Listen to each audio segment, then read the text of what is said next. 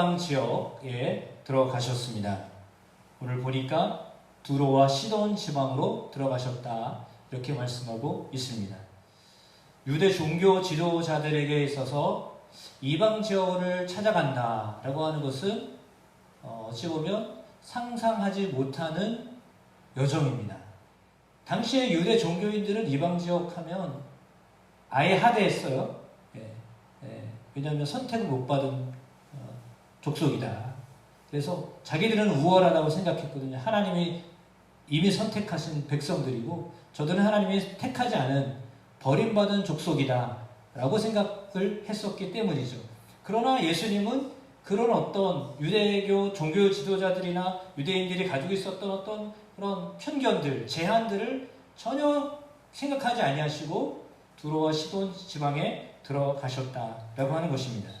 더군다나 오늘 본문에 보니까 누구를 만났냐면 여인을 만났다 이렇게 말하고 있습니다. 가난한 여자 하나가 그 지경에서 나와서 소리 질러 이르되 이렇게 나와 있습니다. 여자를 너무 폄하하는 거 아니냐 이렇게 생각할 수 있지만 당시에 이방 여인 이러면 별로 가치 없는 사람, 무가치한 사람으로 여길 수 있었던 사람입니다. 이 여인은 예수님에게 달려왔습니다. 본인도 알았겠죠. 유대 남자가 이방 여인을 가까이 하지 않을 것이다 라고 하는 생각을 가지고 있었지만 그럼에도 불구하고 그 생각과 상식을 뛰어넘어서 예수님께 달려왔습니다. 그런데 놀라운 사실은 그렇게 이 여인이 예수님을 향하여서 사모하는 마음으로 달려왔는데 예수님이 거절을 하셨다는 겁니다. 제자들이 오히려 예수님 그냥 보내시든지 하세요. 계속 뒤에 와서 떠들어대니 그 여인을 그냥 집으로 돌려보내시죠. 이렇게 건의를 했습니다. 그러나 예수님은 가라고는 하지 않으셨습니다. 사람들의 생각과 다르게 예수님의 첫 반응은 무관심이셨습니다. 이 여인은 소리를 지르면서 달려왔습니다. 그런데 한마디 대꾸도 하지 아니하셨습니다. 들으신 건지 아주 완전히 무시를 하신 건지 말을 해도 소리를 질러도 대꾸 하나 하지 아니하시는 예수님의 모습입니다.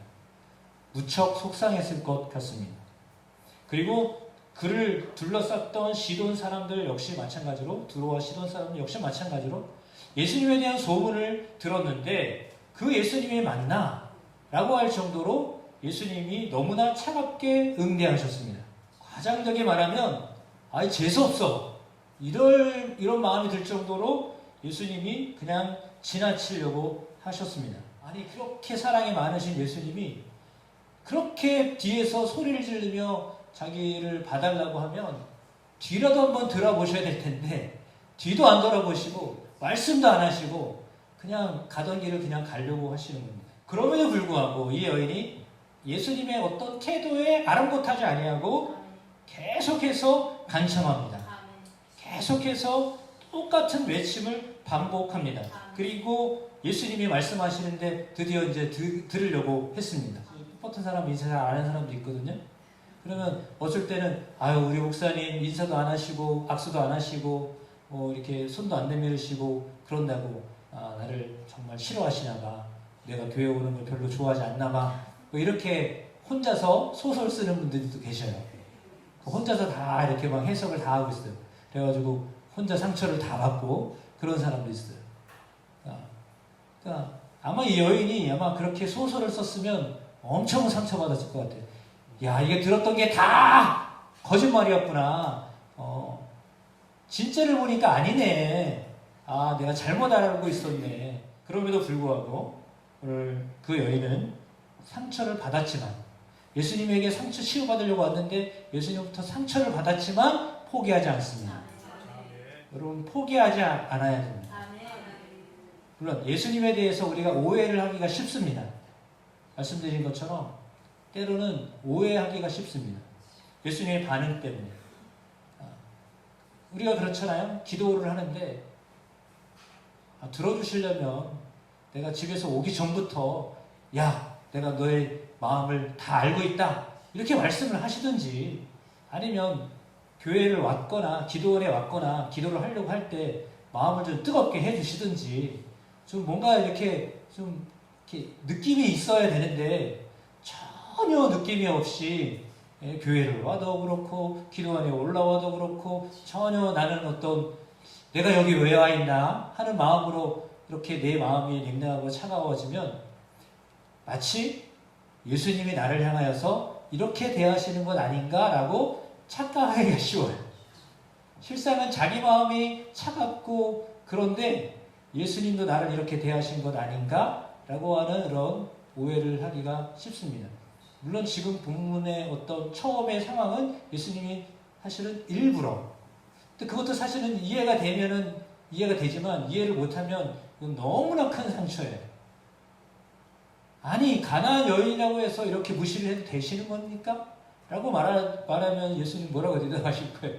근데 거기다 대고 나는 이방에게는 가지 않겠다 이렇게까지 말씀하시니까 완전히 지금 절망이네 절망.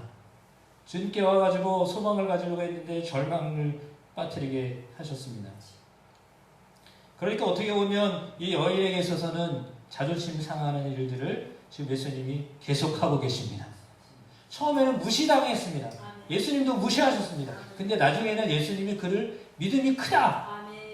유대인을 향해서도 하지 않으셨던 그 칭찬을 이 가나안 여인에게 더군다나 귀신 들렸던 딸이 귀신 들려가지고 고난 많이 받았던 이 여인을 향하여서 상처가 너무 많고 고통스러웠던 이 여인을 향하여서 예수님이 말씀하시는 것은 내 믿음이 크다. 그렇게 인정하셨다라고 하는 것입니다. 그녀의 혈통도 달랐습니다. 그녀의 고향도 달랐습니다. 심지어 저주를 받은 것처럼 귀신에 들렸었습니다. 딸이 자기가 든 것보다 더 고통스럽고 엄청난 고통 가운데 있었습니다. 그러나 그것이 하등의 문제가 되지 않았습니다. 종교인이 볼 때는 돌봄의 대상이 되지 않았던 여인입니다. 그러나 예수님은 그를 돌봄의 대상으로 보셨다라고 하는 거예요. 우리는 나 같은 게 하나님의 은혜를 받을 수 있을까? 내가 주님을 위해 한 게 하나도 없는데 내 삶은 이렇게 초라한데 라고 생각할 수도 있습니다. 자꾸만 자신에게 집중하는 경향도 있습니다. 맞는 말이죠. 그러나 자신의 형편, 처지가 마치 귀신에 사로잡혀 아무런 제재도 가할 수 없고 마음은 원하지만 아무것도 할 수 없는 진정으로 나약한 존재임을 뼈저리게 체감하면서 눈물을 하염없이 흘릴 수밖에 없는 상황이었습니다. 남들은 오죽 잘못했으면 귀신 들려 살 거냐? 어떤 죄를 지었으면 그렇게 힘들게 살 것이냐? 라고 하는 시선으로 보았을 것입니다.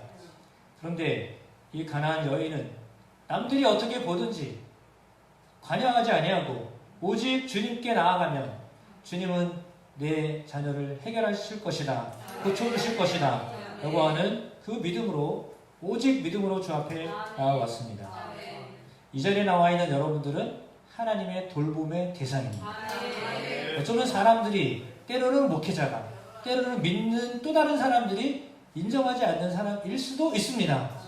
우리의 모습 때문에 우리의 형편 때문에 믿었으면 저렇게 힘들 거야? 저렇게 어려울 거야? 라고 하는 그런 말 없는 그런 비난이나 정죄나 판단 이런 것들로 우리가 괴로울 때도 있습니다. 그럼에도 불구하고 하나님은 우리를 돌봄의 대상으로 보십니다. 우리는 예수님을 따르고 예수님을 통해서 은혜와 기적을 체험하는 자로 살아가야 할 줄로 믿습니다. 우리가 응답받는 기도의 동산에 올라왔습니다. 어쩌면 이 시간 편히 쉴 수 있는 편안한 안방이 아니라 다소 불편하지만 기도원 장의자에 앉아서 이제 주님의 이름을 부르게 될 것입니다. 혹시 어떤 사람들은 저 사람은 왜 여기 왔나 모르겠네. 내가 볼 때는 나보다 나은 것 같은데 라고 생각하는 그런 분들이 있을 수도 있습니다.